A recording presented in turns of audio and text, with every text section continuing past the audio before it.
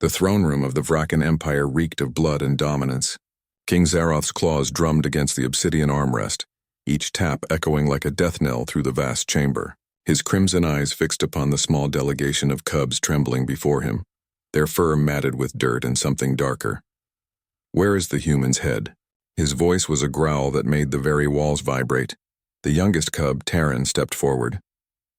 His legs shook, but he held something in his paws. Not the trophy the king had demanded, but a small disc of metal, dented and stained with dried blood. "Captain Lyra's service medal, Your Majesty," Terran's voice cracked. "We found this instead." Zaroth's roar shattered 3 crystalline pillars. "I ordered her execution. I commanded you to bring me proof of her death." His massive frame rose from the throne, towering over the cubs like a mountain of fur and fury. The human who dared refuse my hunt challenge. The human who called me a coward before the entire court. 3 days prior, Captain Lyra had stood in this very chamber, addressing the Predator King with words that should have earned her instant death. But she hadn't flinched when Zaroth's guards surrounded her, hadn't bowed when he demanded her submission. "I didn't refuse your hunt," she had said, her voice steady despite the plasma rifles aimed at her skull. "I refused your terms. You want to hunt me alone unarmed in your royal preserve? Fine. But if I survive until dawn, you grant asylum to the human refugees fleeing the consortium." The court had gasped. No one made demands of the Predator King. Zaroth had circled her like prey, his breath hot against her face. "You'll be dead within an hour, human. Your species is weak, soft. You have no claws, no fangs, no natural weapons. You're barely worth the hunt." "Then you have nothing to lose by accepting my terms," Lyra had replied. The king had laughed, a sound like bones breaking, and agreed. Then when she'd somehow survived the night, when dawn had broken over the preserve with her still breathing, still moving, still alive, he'd ordered the cubs to finish what he couldn't. Now those same cubs stood before him with nothing but a blood-stained medal. "Explain," Zaroth commanded, his voice dangerously quiet. "Now," Terran swallowed hard. "We tracked her, Your Majesty. For 2 days. She moved through the thornwood like a ghost, always ahead of us. We found her blood trails, her makeshift shelters, signs of her passage. She was injured badly from your hunt. We could smell her wounds. Then how did she escape you?" The king's claws extended, scraping against stone. "She didn't escape, Your Majesty." Terran looked up, his young eyes meeting the king's ancient ones. "She saved us." Silence fell like a physical weight. "The 3rd day, we cornered her near the Venom Falls," Terran continued, his voice growing stronger. "She had nowhere to run. Kessa lunged first, and the human, she could have killed him. We saw the makeshift spear in her hands, saw how precisely she moved despite her injuries. But she didn't strike. She dodged, and Kessa tumbled into the ravine.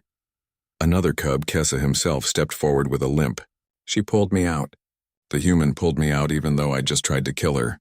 The rocks were slipping, the water rising, and she climbed down and pulled me up with her bare hands. Then the Grimjaw came," Terran said, drawn by the scent of blood and our fear. 3 of them, Your Majesty, each the size of your throne. They should have killed us all." The king's expression shifted minutely. Grimjaws were apex predators even the Vrakan feared. "Captain Lyra positioned us behind her," Terran said. "She was bleeding, exhausted, barely standing. But she faced them. She used that spear, a rock, and something she called 20 years of refusing to die. She killed one, drove off the others. Then she collapsed. We tried to carry her back," Kessa added quietly, "but she was too heavy for us, and her wounds. Your Majesty, there was so much blood. She knew she wouldn't make it. She gave us her medal and made us promise to bring it to you." "What did she say?" Zaroth's voice was strangely hollow. Terran's paws tightened around the medal. "She said, 'Tell your king that humans don't have claws or fangs. We have something better. We have each other, and we never stop fighting for those who can't fight for themselves. Tell him the refugees get their asylum. A deal is a deal.' Then she told us to run before more Grimjaws came."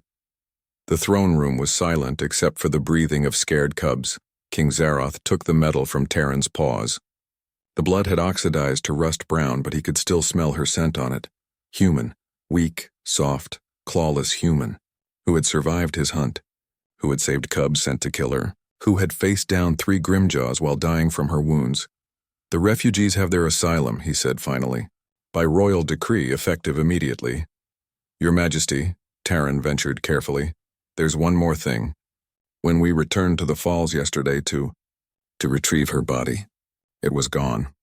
We found tracks leading north, human tracks, and a message scratched in the stone. Humanity. Fuck yeah. For the first time in his 3-century reign, Predator King Zaroth felt something unfamiliar. Respect. Find her, he commanded. Not to hunt, to honor, and bring her to me alive. The human has earned more than asylum for her people.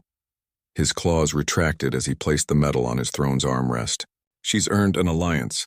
The Varakan Empire protects its warriors regardless of their species. Taryn's tail straightened with pride. Yes, Your Majesty. As the cubs departed to begin their search, Zaroth stared at the bloodstained medal. Proof that sometimes the most dangerous predator isn't the one with the biggest claws, but the one who simply refuses to die. Captain Lyra was out there somewhere, still fighting, still surviving, and the Predator King would make sure she never had to fight alone again.